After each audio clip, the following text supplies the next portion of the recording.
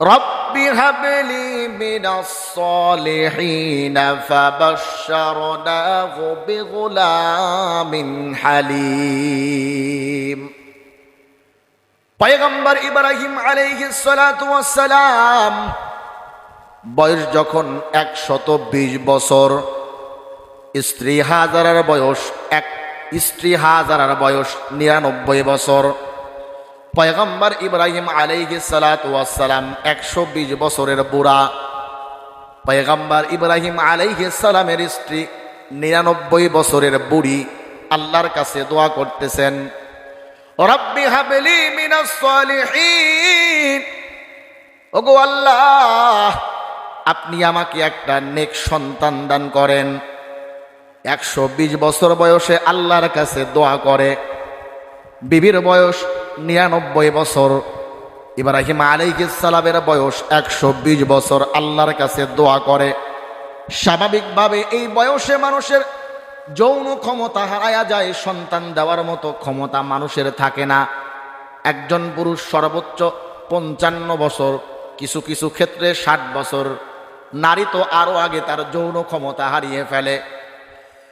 পয়গম্বর ইব্রাহিম আলাইহিস সালাতু ওয়াস সালাম 120 বছরের বুড়া, আর স্ত্রী 99 বছরের বুড়ি আল্লাহর কাছে দোয়া করতেছেন, রব্বি হাবলি মিনাস সালিহিন, ওগো আল্লাহ আপনি আমাদেরকে একটা নেক সন্তান দান করেন।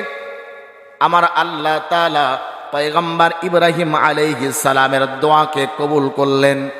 আল্লাহ তাআলা ইব্রাহিম আলাইহিস সালামকে সুসংবাদ দিয়ে দিলেন, ফাবাশশারনাহু বিগুলামিন হালিম। ও পয়গম্বর ইব্রাহিম, আমি আল্লাহ তোমার ডাকের সাড়া দিলাম। আমি আল্লাহ তোমার একটা সভ্য শান্ত সন্তান আমি আল্লাহ দান করে দিলাম। বলেন সুবহানাল্লাহ। আমার মুসলমান বন্ধুগণ, অনেক সময় আমাদের সমাজের মধ্যে দেখা যায় যুবক বিবাহ করছে, 10 বছর 15 বছর 20 বছর পার হয়ে গেল, আজ পর্যন্ত বাবা ডাকটা শুনতে পারে নাই, বড় আফসোস করে, আক্ষেপ করতে থাকে। আমার আল্লাহ বলেন, বান্দারে আক্ষেপের কোনো কারণ নাই, আফসোসের কোনো কারণ নাই। আমি আমার পয়গম্বর ইব্রাহিম রে 120 বছরের সন্তান দিয়েছে, তুমি তো 25 বছর 30 বছরের যুবক। আমি আল্লাহ তোমার ঘরেও সন্তান দিতে পারি, তবে আমার পয়গম্বর ইব্রাহিম যেভাবে আমি আল্লাহর কাছে চাই, আমার কাছে চাওয়ার মতো যদি কেউ চায় আমি আল্লাহ তারে কখনো ফিরায়া দেই না। বলেন সুবহানাল্লাহ। অনেক সময় মা বোনেরা বড় আক্ষেপ করে বলে, ওগো আল্লাহ দুনিয়াতে আর কারো দিকে আপনার চোখ যায় নাই, আমার এই বাঞ্জা বানাইলেন। সংসার জীবন এতদিন চলে গেল, 10 বছর 15 বছর 20 বছর পার হয়ে গেল, আজ পর্যন্ত সন্তানের মুখ দেখলাম না। আমারে আপনি বাঞ্জা বানাইছেন, ওগো আল্লাহ আমার দিকে কি আপনার রহমতের দৃষ্টি পড়ে না? বড় আফসোস করতে থাকে, আক্ষেপ করতে থাকে। আমার আল্লাহ পাক রব্বুল আলামিন বান্দাকে ডেকে বলে, বান্দারে আমি আল্লাহ তাআলা চাইলে তোমার সন্তান দিতে পারি। লিল্লাহি মুলকুস সামাওয়াতি ওয়াল আরদ, লিল্লাহি মুলকুস সামাওয়াতি ওয়াল আরদ, ইয়াখলুকু মা ইয়াশা, ইয়াহাবু লিমান ইয়াশাউ ইনাসা ওয়া ইয়াহাবু লিমান ইয়াশাউ যুকুর আও ইউযাওযিদুকুম যুকুরানা ওয়া ইনাসা ওয়ায়াজআলু মান ইয়াশাউ আকিমা। একটু আওয়াজ করে বলা যাবে না আল্লাহু আকবার। আল্লাহ পাক রব্বুল আলামিন বলেন, লিল্লাহি মুলকুস সামাওয়াতি ওয়াল আরদ, আমি আল্লাহ তাআলা আসমান জমিনের মালিক। আমি আল্লাহ এই আসমান জমিনটাকে সৃষ্টি করলাম। ইয়াখলুকু মা ইয়াশা, আমি আল্লাহ যা চাই তাই করি। ইয়াহাবু লিমান ইয়াশাউ ইনাসা ওয়া ইয়াহাবু লিমান ইয়াশাউ যুকুর। আমার আল্লাহ বলেন, বান্দারে আমি আল্লাহ যারে ইচ্ছা কন্যা সন্তান দান করি, আবার আমি আল্লাহ যার ইচ্ছা পুত্র সন্তান দান করি, আবার আমি আল্লাহ যার ইচ্ছা কন্যা সন্তান পুত্র সন্তান উভয় দান করি, আবার আমি আল্লাহ তাআলা যার ইচ্ছা করি গোটা জিন্দেগি বর বন্ধা করে রাখি। বলেন না সুবহানাল্লাহ। একটু আওয়াজ করে বলেন তো, সন্তান দেওয়ার মালিক কে? আমার আল্লাহ চাইলে সন্তান দিতে পারেন কি পারেন না? আল্লাহ পাক রব্বুল আলামিন বলেন, বান্দারে আমার ইব্রাহিম যেভাবে আমি আল্লাহর কাছে চেয়েছে, আমি আল্লাহর কাছে আমার ইব্রাহিম পয়গম্বরের মতো যদি চাও, তাহাজ্জুদের নামাজে যাই নামাজের মধ্যে দাঁড়াইয়া দু চোখের পানি ছেড়ে আমি আল্লাহর কাছে কান্না করে করে বলতে পারো, রব্বি হাবলি মিনাস সালিহিন, রব্বানা হাব লানা মিন আজওয়াজিনা ওয়া যুররিয়াতিনা কুররাতা আ'য়ুনি ওয়াজআলনা লিল মুত্তাকিনা ইমামা। তাহাজ্জুদের নামাজে দাঁড়াইয়া সিজদার মধ্যে পড়ে দু চোখের পানি, দু ফোঁটা চোখের পানি ফেলে আমি আল্লাহর কাছে যদি চাইতে পারো, আমি আল্লাহ বান্দাকে কখনো ফিরায়া দেব না। বলেন সুবহানাল্লাহ। পয়গম্বর ইব্রাহিম যেভাবে আমি আল্লাহর কাছে চেয়েছে, আমি আল্লাহর কাছে তোমরাও যদি চাইতে পারো, আমি আল্লাহ তোমাদেরকেও দিয়ে দেব। সুবহানাল্লাহ বলো। অনেকের সন্তান হয় না, কবিরাজের কাছে যায়, বিভিন্ন ডাক্তারের কাছে ট্রিটমেন্ট নেয়। সন্তান যাদের হয় না, সন্তান হওয়ার একটা আমল আমি আপনাদেরকে শিখাইয়া দিই। যাদের সন্তান হয় না, 5 বছর 10 বছর 15 বছর 20 বছর অতিক্রম হয়েছে, সংসার জীবন, সন্তান হচ্ছে না, একটা আমল দিয়ে দেই। প্রতিদিন কমপক্ষে 1000 বার ইস্তেগফার পড়বেন। 1000 বার কমপক্ষে। প্রতি নামাজের পরে 200 বার, নামাজের পরে যেই দোয়া দরুদগুলো আছে, তসবিহ তাহলিলগুলো আছে, এটা শেষ করে 200 বার হাতের মধ্যে তসবিহ রাখেন।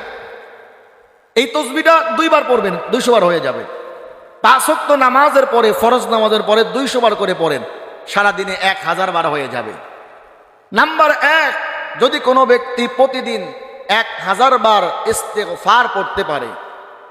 নাম্বার 2, তাহাজ্জুদের নামাজে আল্লাহর কাছে চোখের পানি ছেড়ে কান্না করে সন্তান চাইতে পারে। নাম্বার 3, আল্লাহকে সন্তুষ্টি করার উদ্দেশ্যে কিছু দান সদকা নিয়মিত করে, আর মনে মনে নিয়ত করে, আল্লাহ আমি আল্লাহর রাস্তায় দান করলাম, আপনার সন্তুষ্ট করার জন্য আপনি একটা সন্তান দিয়ে আমাকেও সন্তুষ্ট করেন। তো উলামায়ে কেরাম বলেন, এই 3টা আমল যদি কোনো ব্যক্তি অভ্যস্ত হয়, আল্লাহ তাআলা ওই ঘরের মধ্যে নেক সন্তান দান করবেন। সুবহানাল্লাহ বলেন। তো সন্তানের জন্য কবিরাজের বাড়ি আপনাকে দৌড়াদৌড়ি করতে হবে না, সন্তানের জন্য ডাক্তারের বাড়ি দৌড়াদৌড়ি করতে হবে না। তাহাজ্জুদ নামাজ নিয়মিত শুরু করে দেন, ইস্তেগফারের আমল করতে থাকেন, আল্লাহর রাস্তায় সাধ্য অনুযায়ী নিয়মিত দান করতে থাকেন, তো আল্লাহ তাআলা আপনার ঘরে নেক সন্তান দান করবেন। সুবহানাল্লাহ বলেন। মুহতারাম হাজিরিন, তো পয়গম্বর ইব্রাহিম আলাইহিস সালাতু ওয়াস সালাম আল্লাহর কাছে দোয়া করলেন। 120 বছরে আল্লাহ তাআলা দান করলেন ইসমাঈলকে। সুবহানাল্লাহ বলেন। আচ্ছা বলেন তো দেখি, 120 বছর পরে সন্তান পেয়েছে, 120 বছর পরে সন্তান পেয়েছে, ওই সন্তানের প্রতি মোহাব্বত ভালোবাসা কম না বেশি? কম না বেশি? কারো সন্তান হয় না, 10 বছর 15 বছর 20 বছর পরে সন্তান হয়েছে। আচ্ছা বলেন তো দেখি, ওই সন্তানের প্রতি মোহাব্বত কম হয় নাকি বেশি হয়? ইব্রাহিম আলাইহিস সালাম 120 বছর বয়সে সন্তান পেয়েছে, সন্তানের প্রতি মোহাব্বত। এখন সারা লক্ষ্য করে দেখে যে ইব্রাহিম শুধু বাইরে থেকে আসে, দৌড় দিয়ে হাজরার ঘরে ঢোকে, হাজরার সঙ্গে খুব ভালো মোহাব্বত, হাজরার সঙ্গে খুব ভালো মোহাব্বত। হাজরার গর্ভে সন্তান আসছে, ওই ঘরেই শুধু যায়, ইসমাইলকে নিয়েই সারাদিন খেলাধুলা, হাজরার সঙ্গেই গল্প গুজব। আমি সারা এই ব্যবস্থা করে দিলাম, আমার প্রতি গুরুত্ব নাই। সারার মধ্যে হিংসা আসবে কি আসবে না? কথা বলেন, হিংসা আসবে কি আসবে না? হযরতে সারা আলাইহিস সালাম ইব্রাহিমকে ডাক দিয়ে বললেন, ইব্রাহিম যেই প্লেটে খাও সেই প্লেটে ফুটা করো, তোমার সন্তানের ব্যবস্থা, বিবির ব্যবস্থা সবকিছু আমি করে দিলাম। কত বড় কুরবানি! আমি তোমার বিবি হয়ে আর একজন বিবির তোমাকে দিলাম, সেই বিবির গর্ভ থেকে সন্তান হলো ইসমাইল। সারাদিন ইসমাইলকে নিয়ে পড়ে থাকো, হাজরাকে নিয়ে পড়ে থাকো, আমাকে বলে গেছো না, এটা আর চলবে না। তোমার সন্তান এবং তোমার বিবিকে আজকেই ঘর থেকে বের করতে হবে। এমন পরিস্থিতি হয় কি হয় না? আওয়াজ করে বলেন, হয় কি হয় না? আমার ভাইয়েরা, আল্লাহ পাক রব্বুল আলামিন ইব্রাহিম আলাইহিস সালামের কাছে ওহী পাঠিয়ে দিলেন। আমার মুসলমান বন্ধুগণ, হযরত জিবরাইল আলাইহিস সালাতু ওয়াস সালাম পয়গম্বর ইব্রাহিমের কাছে চলে আসলেন।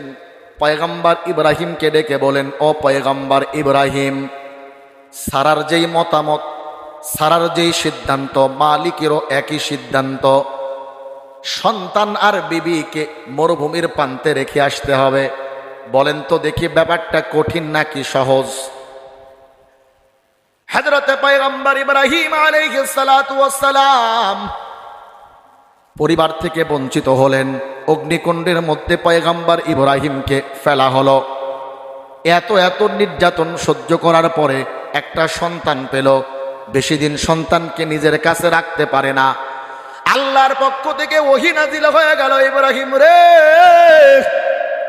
কলিজার টুকরা সন্তান ইসমাইল, যেই ইসমাইলের মুহাব্বত ভালোবাসার মধ্যে তুমি ডুবে গেছো, তোমার কলিজার টুকরা সন্তান ইসমাইলরে আর কাছে রাখতে পারবা না। এখনই এই মুহূর্তে তুমি তোমার স্ত্রী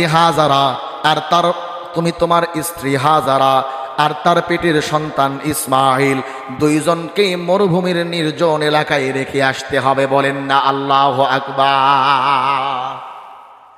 আমার মুসলমান বন্ধুগণ, যদি কারোকে বলা যায়, অনেক সময় দেখা যায় ভাই সন্তানটাকে মাদ্রাসায় দেন, চোখের পানি ছেড়ে কান্না করে বলে, হুজুর, আল্লাহ তাআলা একটা সন্তান দিয়েছেন, এই সন্তানটাকে দূরে রাখবো, বোর্ডিং এর খাবার খেতে হবে, শুধু ডালের পানি, 1 মাস পর পরে বাড়ি আসবে, সন্তানরে 1 মাসের মধ্যে চোখে দেখবো না, এত বড় কষ্ট আমি সহ্য করতে পারবো না। বলে কি বলে না? অনেক মা আছে, বাবা আছে, সন্তানকে দূরে রাখতে পারে না। যেই মা বাবা সন্তানকে দূরে কোনো মাদ্রাসায় রেখে আসে, ওই মারে যদি জিজ্ঞেস করা যায়, ও মা, সন্তানকে ওই যে দূরে পাবনা শহরে জামিয়া আশরাফিয়া মাদ্রাসায় রেখে আসলে, ওই যে পাবনা শহরের জামিয়া রহমানিয়া মাদ্রাসায় রেখে আসলে, তুমি মা কি দিনের মধ্যে তোমার কষ্ট হয় না? সন্তানের সঙ্গে 1 মাস যাবৎ দেখা হয় না। মা চোখের পানি ছেড়ে কান্না করে আর বলে, হুজুর, আমি মাই শুধু জানি কলিজার টুকরা সন্তানটাকে এই রাত্রে বেলা ঝড় বৃষ্টির মধ্যে ওই পানি ভাত, পান্তা ভাত, ডালের পানির ভাত খাওয়া, এত কষ্ট করে সন্তানরে মাদ্রাসায় রেখে এসে আমি মা কেমন করে ঘরের মধ্যে ঘুমাই, আমি মা দিলের মধ্যে কি কষ্ট শুধুমাত্র আমি জানি। কথা বলেন ঠিক কিনা? পয়গম্বর ইব্রাহিম আলাইহিস সালাম আল্লাহর পক্ষ থেকে আদেশ চলে আসলো, ও পয়গম্বর ইব্রাহিম, তোমার কলিজার টুকরা সন্তান ইসমাইল আর হাজারাকে ঘরের মধ্যে রাখতে পারবা না। যাও, এই মুহূর্তে তোমার সন্তান ইসমাইল আর তোমার বিবি হাজারাকে মরুভূমির নির্জন প্রান্তে রেখে আসো। পয়গম্বর ইব্রাহিম আলাইহিস সালাম একটা বারের জন্য আল্লাহরে ডেকে বলে নাই, ওগো আল্লাহ, 120 বছর পরে একটা সন্তান দিলে, এই নবজাতক সন্তানটাকে আবার মরুভূমির প্রান্তে রেখে আসতে বলেন। ওগো আল্লাহ, কেন এমন শাস্তি দেন? পয়গম্বর ইব্রাহিম আলাইহিস সালাম একটা বারের জন্য আল্লাহরে এমন প্রশ্ন করে নাই। আল্লাহর পক্ষ থেকে যখন আদেশ হয়ে গেছে, একটা মুহূর্তের জন্য দেরি করে নাই, সঙ্গে সঙ্গে বিবি হাজারাকে আর ইসমাইলকে নিয়ে মরুভূমির প্রান্তে রওনা করে। বলেন সুবহানাল্লাহ। তাফসীরের কিতাবের মধ্যে লেখা হয়, শুকনো কিছু খেজুর আর 1 মস্ক পানি উটের পিঠে ইসমাইল আর বিবি হাজারাকে উঠায়া দেছে। পয়গম্বর ইব্রাহিম আলাইহিস সালাম মরুভূমির পথ ধরে সামনের দিকে অগ্রসর হয়। লক্ষ্য করে দেখে, ওই যে মরুভূমি থেকে দূরে কিছু বাড়ি ঘর দেখা যায়। পয়গম্বর ইব্রাহিম চিন্তা করলেন, কলিজার টুকরা সন্তান আর বিবি হাজারাকে এই জায়গায় রেখে গেলে ওই যে দূরে কিছু বাড়িঘর দেখা যায়, ওই মানুষদের সঙ্গে মিলেমিশে বসবাস করতে পারবে, তাদের কষ্ট কিছুটা লাঘব হবে, তারা নিরাপত্তার সহিত এখানে থাকতে পারবে। পয়গম্বর ইব্রাহিম আলাইহিস সালাতু ওয়াস সালাম ওই জায়গায় দাঁড়িয়ে গেলে আমার আল্লাহ তাআলা সঙ্গে সঙ্গে জিবরাইলকে পাঠায়া দিয়েছে, এ জিবরাইল যাও যাও আমার পয়গম্বর ইব্রাহিমকে ডেকে বলো, ইব্রাহিম রে তুমি তোমার কলিজার টুকরা সন্তান আর আদরের স্ত্রী বিবি হাজারাকে এই জায়গায় রাখতে পারবা না, যাও সামনের দিকে অগ্রসর হও। আমার মুসলমান বন্ধুগণ, পয়গম্বর ইব্রাহিম আলাইহিস সালাম আবার সামনের দিকে রওনা হলেন। যেতে যেতে লক্ষ্য করে দেখে জঙ্গল, লক্ষ্য করে দেখে মরুভূমির প্রান্ত থেকে ওই যে দূরে কিছু খেজুর গাছ দেখা যায়। পয়গম্বর ইব্রাহিম আলাইহিস সালাম চিন্তা করলেন, আমি যদি আমার কলিজার টুকরা সন্তান আর বিবিকে এই জায়গায় রেখে যাই, ওই খেজুর গাছের রস আর খেজুর পেরে পেরে তারা খেতে পারবে, তাদের জীবনযাত্রা একটু সহজ হবে। পয়গম্বর ইব্রাহিম আলাইহিস সালাম মরুভূমির ওই প্রান্তে দাঁড়ায়া গেছেন। আবারও জিবরাইল এসে হাজির। জিবরাইল ডাক দিয়া বলে, ও পয়গম্বর ইব্রাহিম, না না, তুমি তোমার কলিজার টুকরা সন্তান আর তোমার বিবিরে এই জায়গায় রাখতে পারবা না, সামনের দিকে অগ্রসর হও। পয়গম্বর ইব্রাহিম আলাইহিস সালাম সন্তান ইসমাইল আর বিবি হাজারাকে নিয়ে সামনের দিকে অগ্রসর হয়। পয়গম্বর ইব্রাহিম লক্ষ্য করে দেখে দূর থেকে একটা কূপ দেখা যায়, যে এই কূপের মধ্যে মিষ্টি পানি পাওয়া যায়। আমার মুসলমান বন্ধুগণ, পয়গম্বর ইব্রাহিম আলাইহিস সালাম দাঁড়িয়ে গেলেন। পয়গম্বর ইব্রাহিম আলাইহিস সালাম দাঁড়ানোর পরে চিন্তা করে, এই জায়গায় আমি আমার কলিজার টুকরা সন্তান ইসমাইল আর বিবি হাজারাকে রেখে গেলে ওই কূপের পানি খেয়ে তাদের জীবনযাত্রা একটু সহজ হবে। ইব্রাহিম আলাইহিস সালাম দাঁড়ায় গেলেন। আবার আল্লাহ পয়গম্বর ইব্রাহিমকে রেখে বলে, ও ইব্রাহিম, না না, তুমি তোমার সন্তান আর তোমার বিবিকে এই জায়গায় রাখতে পারবা না, সামনের দিকে অগ্রসর হও। পয়গম্বর ইব্রাহিম আলাইহিস সালাম বিবি হাজারা আর কলিজার টুকরা সন্তান ইসমাইলকে নিয়ে সামনের দিকে অগ্রসর হয়। যেতে যেতে ধু ধু মরুভূমি, চতুর্দিকে কোনো কিছু আর দেখা যায় না। আল্লাহ তাআলা পয়গম্বর ইব্রাহিমকে ডেকে বলে, ও ইব্রাহিম, এবার দাঁড়িয়ে যাও, তোমার কলিজার টুকরা সন্তান আর বিবি হাজারাকে এই জায়গায় রেখে তুমি তোমার বাড়ির দিকে রওনা করো। বলেন না আল্লাহু আকবার। চতুর্দিকে কোনো মানুষের সন্ধান নাই, কোনো গাছপালা নাই, কোনো কূপের ব্যবস্থা নাই, ধু ধু মরুভূমি, চতুর্দিকে শুধু কুয়াশার মতো সাদা দেখা যায়। আল্লাহ বলেন, ইব্রাহিম, তুমি তোমার কলিজার টুকরা সন্তান এই জায়গায় রেখে তোমার বিবি হাজারা রেখে বাড়ির দিকে রওনা করো। বলেন, ভরসা কার উপরে? যখন বিপদে পড়বেন দেখবেন চতুর্দিকে কেউ নাই। যেই বন্ধুটা সকাল বিকাল আপনারে খোঁজ করত, যে আত্মীয় স্বজন সকাল বিকাল আপনার বাড়িতে আসতো, কত আলাপ, কিন্তু ওই মানুষগুলোকে পাশে পাবেন না। কেউ নাই, বিপদে পড়ছেন তো আপনার পাশে কেউ নাই। মাঝে মাঝে আমি উদাহরণ দিয়ে বলি, যারা বিশেষ করে কোনো মামলায় ফেসে যায়, ফেসে যাওয়ার পরে তারা বুঝে যে দুনিয়া কি জিনিস। কথা বলেন ঠিক কিনা? কেউ নাই, আপনার আপনজন কেউ নাই, চতুর্দিকে শুধু ধু ধু মরুভূমি, কিচ্ছু দেখা যায় না, কেউ সাহায্যকারী নাই। আল্লাহ বলেন, বান্দা আমার উপরে ভরসা কর, ইন্নাল্লাহা মা'ানা, তোর যখন কেউ নাই আমি আল্লাহ তোর সঙ্গে আছি। সুবহানাল্লাহ বলেন। বান্দা যদি আল্লাহর উপরে তাওয়াক্কুল করে, আল্লাহ বলে তোর যত বড় সমস্যা আমি আল্লাহ মিটাইয়া দেব। ইব্রাহিম আলাইহিস সালাম ওই জায়গায় রেখে বাড়ির দিকে রওনা করেছেন আল্লাহর উপরে ভরসা করে। ইব্রাহিম আলাইহিস সালাম তো পয়গম্বর, তার স্ত্রী হাজেরা, আল্লাহ তাকে আবার কেমন ঈমান দিয়েছেন, তাওয়াক্কুল দিয়েছেন। হযরতে মা হাজেরা আলাইহিস সালাম পয়গম্বর ইব্রাহিমকে ডেকে বলে, ও পয়গম্বর ইব্রাহিম, স্বামী গো, কি এমন অপরাধ করলাম, বেয়াদবি করলাম, যার শাস্তি আমাকে এইভাবে দেন? নবজাতক সন্তান ইসমাইল, আল্লাহ আপনারে 120 বছরের সন্তান দান করলো, সন্তানের প্রতি আপনার কত মোহাব্বত। সকাল সন্ধ্যা সন্তানটারে বুকের মধ্যে জড়ায়া ধরে, গালে মুখের মধ্যে চুমা দেন। সন্তানের প্রতি এত মোহাব্বত ভালোবাসা, কি এমন অপরাধ করলাম গো স্বামী, যার কারণে মরুভূমির নির্জন প্রান্তে আমাদেরকে রেখে চলে যান? পয়গম্বর ইব্রাহিম চোখের পানি ছেড়ে শুধু কান্না করেন, স্ত্রীর চোখের দিকে তাকাইয়া কথা বলতে পারে না। পয়গম্বর ইব্রাহিম আলাইহিস সালাম বাড়ির দিকে রওনা করেছেন।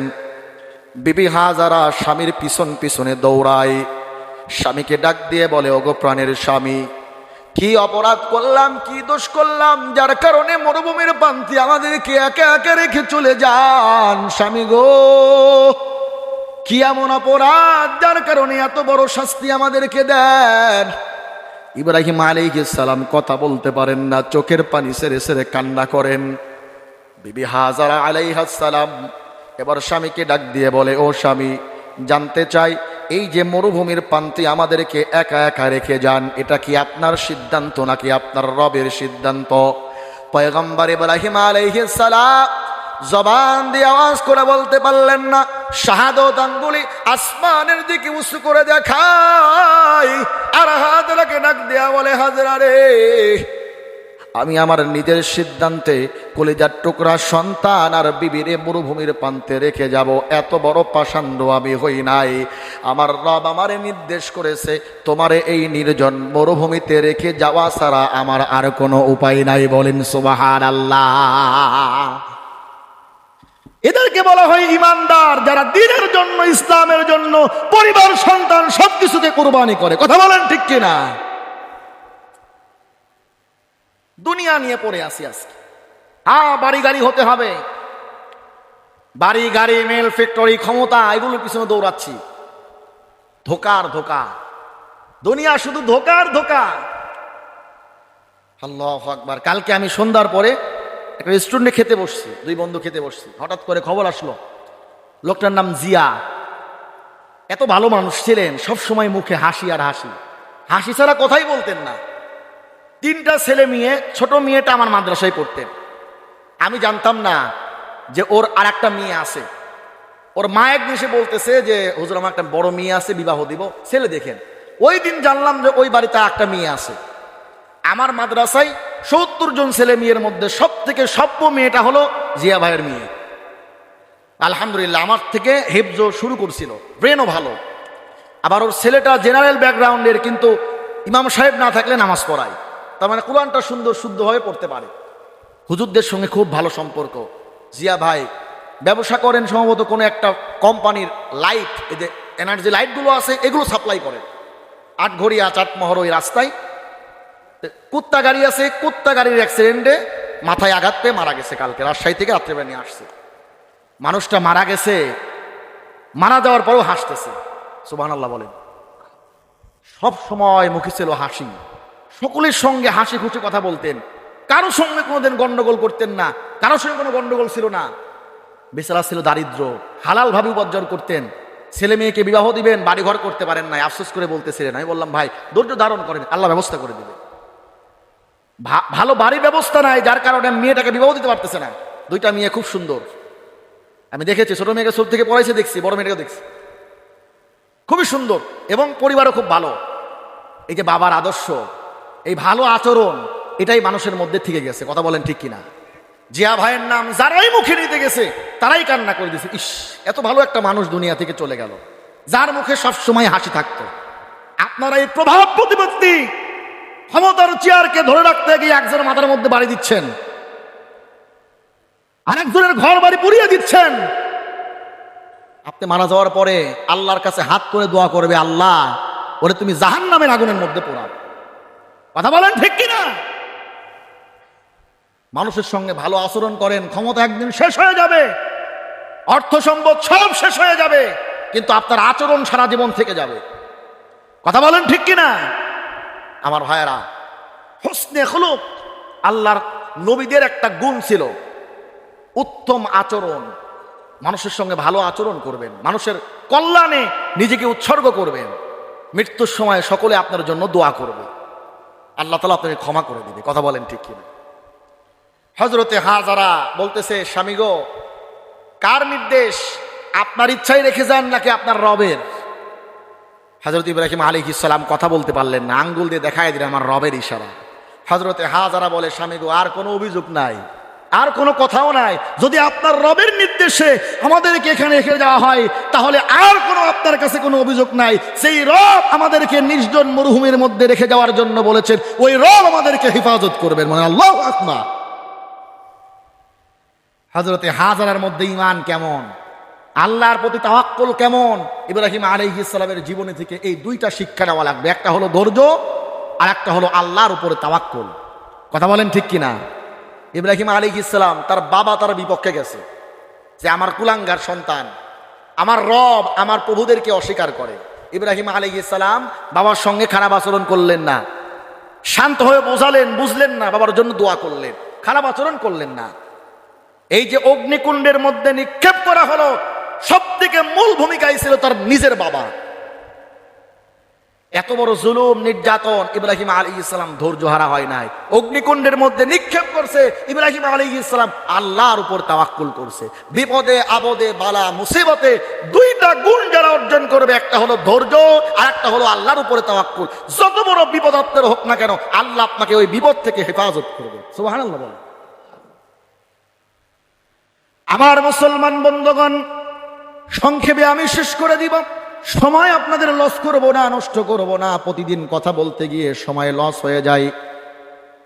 মুসলমান বন্ধুগণ, হযরতে মা হাজারা আলাইহিস সালাম বললেন, স্বামী গো, যদি রবের নির্দেশে আমাদেরকে এখানে রেখে যাওয়া হয়, আমাদের কোনো অভিযোগ নাই, আপনি চলে যান, ওই রব আমাদেরকে হেফাজত করবেন।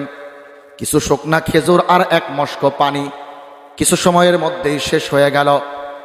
হযরতে হাজারা আলাইহিস সালাম বুকের দুধ পর্যন্ত শুকায় গেল। সন্তানরে কি খাওয়াবে? জিহ্বাটা সন্তানের মুখের মধ্যে দিয়ে দেয়। জিহ্বাটা চুষ্টে চুষ্টে জিহ্বার পানি এক পর্যায়ে শুকে গেল। মা চোখের পানি ছেড়ে কান্না করেন, আল্লাহকে বলেন, আল্লাহ গো, কলিজার টুকরা সন্তানটা চোখের সামনে তৃষ্ণার্ত অবস্থায় খাবারের অভাবে মারা যাবে, আমি মা এটা কেমন করে সহ্য করব? সহ্য করতে পারি না। হযরত ইসমাঈল আলাইহিস সালাম ছটপট ছটপট করতেছেন। খাবারের কোনো ব্যবস্থা নাই, পানির কোনো ব্যবস্থা নাই, চতুর্দিকে শুধু ধু ধু মরুভূমি, কোনো মানুষ দেখা যায় না, কোনো গাছপালার কোনো সন্ধান নাই, পানির সন্ধান নাই। মা তাকায়া দেখে ওই যে পাহাড়ের মধ্যে চকমক চকমক করে, মনে হয় পাহাড়ের চূড়ায় এক জায়গায় পানি জমে আছে। তাফসীরের কিতাবের মধ্যে লেখা হয়, মা নিজেকে সান্ত্বনা দিতে পারে না, সন্তান এইদিকে জিহ্বাটা বের হয়ে আসে, ইসমাঈল মায়ের সামনে মারা যাবে। মা দৌড় দিয়ে সাফা পর্বতে উঠে গেলেন। সাফা পর্বতে ওঠার পরে দেখে পর্বতের চূড়ায় কোনো পানি নাই। মারোয়ার দিকে তাকান, দেখে মারোয়ার চূড়ায় মনে হয় কোনো একটা গর্তের মধ্যে পানি আছে। হযরতে মা হাজারা আলাইহিস সালাম মারওয়ার দিকে রওনা করলেন। সাফা থেকে মারওয়া, মারওয়া থেকে সাফা, মনে হয় পানি আছে। আবার যখন মারওয়ায় গিয়েছেন দেখেন পানি নাই, সাফার দিকে তাকাই, সাফায় মনে হয় চূড়ায় মনে হয় পানি। মা আবার দৌড় দিয়ে যায়, আসলে ওইটা পানি না। রোদের উপরে যখন দেখবেন সূর্যের আলো পড়ে, রোদটা চকমক চকমক করে, অনেক সময় বিশ্ব রোডে ঢাকা যখন যেতে লাগবেন মনে হবে সামনে বৃষ্টি হয়েছে, পানি, ওইটা পানি না, ওইটাকে বলা হয় মরিচিকা। কথা বলেন ঠিক কিনা? হযরতে মা হাজারা সাফা থেকে মারওয়া, মারওয়া থেকে সাফা দৌড়া দৌড়ি করে। মায়ের মন তো আর বুঝ দেওয়া যায় না। একবার সাফাই যায়, সাফা থেকে মারওয়ার দিকে তাকায়, মনে হয় মারওয়ার চূড়ায় কিছু পানি জমে আছে। মারওয়া থেকে সাফার দিকে তাকায়, মনে হয় সাফার চূড়ায় কিছু পানি জমে আছে। হযরতে মা হাজারা 7 বার সাফা থেকে মারওয়া, মারওয়া থেকে সাফা দৌড়াদৌড়ি করলেন, পানি পেল না। হযরতে মা হাজারা চিন্তা করলো, মনে হয় আমার কলিজার টুকরা সন্তানটা মারা গেছে। দৌড় দিয়ে গিয়ে দেখে ইসমাইলের পায়ের ঘষণে ঘষণে সেখান থেকে জমজম কূপ পানি উঠতেছে। বলেন সুবহানাল্লাহ। আজ পর্যন্ত হাজী সাহেবদের জন্য সাফা থেকে মারওয়া, মারওয়া থেকে সাফা, হযরতে মা হাজারার এই কষ্টদায়ক এই দৃশ্যটাকে কিয়ামত পর্যন্ত ধরে রাখার জন্য হাজী সাহেবদের জন্য সাফা থেকে মারওয়া, মারওয়া থেকে সাফা 7 বার এই সাই করাকে আল্লাহ ওয়াজিব করে দিয়েছে। মায়ের কুরবানি, মায়ের অবদান ধরে রাখার জন্য। এসে দেখেন পানি ভেসে যাচ্ছে, মরুভূমি যেন সমুদ্র হয়ে যাবে। হযরতে মা হাজারা এটা বাদ দিয়ে দিলেন, জমজম বলে এটা বাদ দিয়ে দিলেন। পানিটা জমে গেল। আজ পর্যন্ত পৃথিবীর মানুষ জমজমের পানি খাচ্ছে, কিয়ামত পর্যন্ত খাবে, ওই পানি ফুরাবে না। বলেন সুবহানাল্লাহ। আমার ভাইয়েরা, সময় নেই। এখান থেকে যেই শিক্ষা, আবার সামনের জমা এখান থেকে আমরা শুরু করব। এখান থেকে যেই শিক্ষা, হযরতে মা হাজারা আল্লাহর উপরে তাওয়াক্কুল। কার উপরে তাওয়াক্কুল? এবং ধৈর্য। ধৈর্য এবং আল্লাহর উপরে ভরসা, এই দুইটা গুণ আমাদেরকে অর্জন করতে হবে। আমাদের জীবনটা সুন্দর হয়ে যাবে, আমাদের চরিত্রটা ঈমানি চরিত্র হয়ে যাবে। আল্লাহ তাআলা কবুল করুন, আল্লাহুম্মা আমিন। যারা সুন্নত পড়েনি 4 রাকাত সুন্নত পড়ে।